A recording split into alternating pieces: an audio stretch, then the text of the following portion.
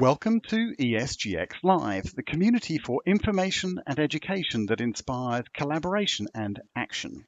On today's show, we're going to talk about what we've called pandemic pivots and how the COVID crisis has inspired a wave of adaptation and innovation around the world.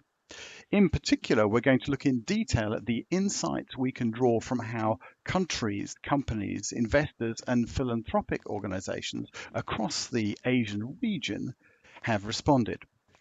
We'll be joined by Naina Batra and Jonathan Wong, who between them have extraordinary on-the-ground experience across the region and some absolutely fascinating first-hand stories to share.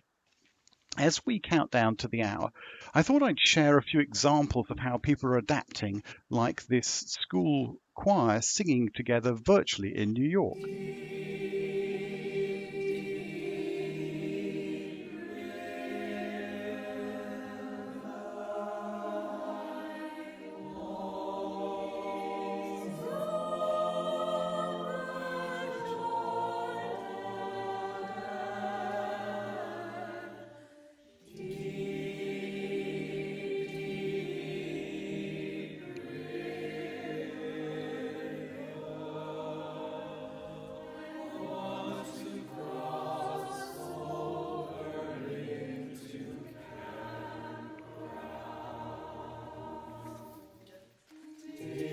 Now, if you'll forgive me talking over them, and we'll post a link so you can listen to the whole thing unadulterated by my voice on our website. But we have also seen other examples like this school in Scotland, or Scottish schools that are exploring different versions where they're going to reopen using an outdoor educational program as a starting point.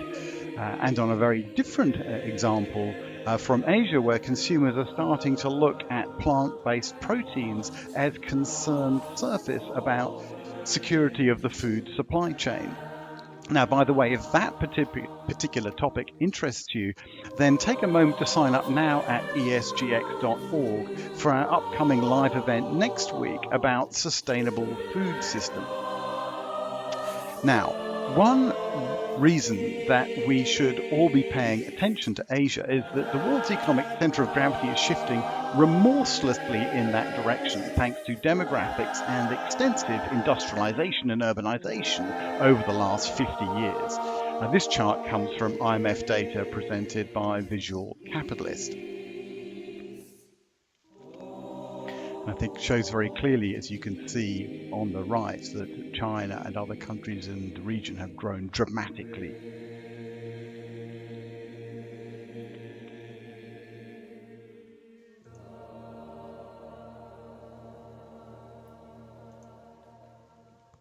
Now that, by the way, was the Stuyvesant School Choir from New York.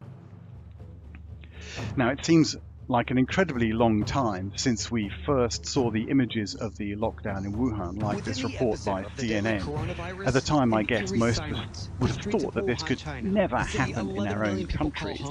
A lot of water has flowed under that particular bridge for sure, and many of us are now experiencing a very similar set of challenges and frustrations as we adapt to working remotely, having children attend school from home, spending a lot more time with our pets, who have been some of the real winners out of all of this, as we all wait more or less patiently for these lockdowns to end. Of course, what's happened in the region is instructive too, though it was the first to be hit by this particular coronavirus. The human impact has been far greater in Europe, the blue line here, and the Americas, which is the purple line, than it has been in Asia, as these charts from Pottinger show.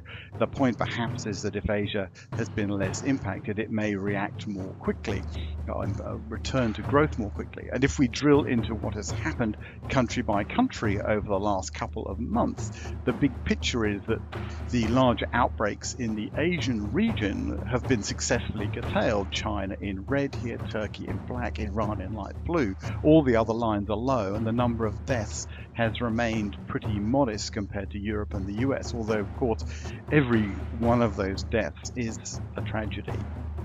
It's also a reminder that decisive action does make a real difference, as we've seen in Singapore and South Korea, as well as in Australia and New Zealand, the black line at the bottom, which is almost invisible on this chart. But life still has changed. To get into most stores and restaurants, you have to have your temperature checked. From McDonald's to Starbucks and even local eateries, these measures have been put in place nearly everywhere you look.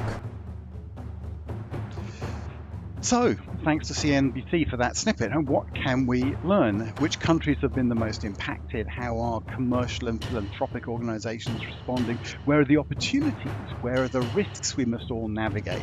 And what are the longer term implications for the world's economic center of gravity? Now, as we count down to the hour, please do take a moment to introduce yourselves to other guests via the chat function at the bottom of the screen. Feel free to start asking questions via the Q&A also down the bottom, and we will work them into the discussion as best we can.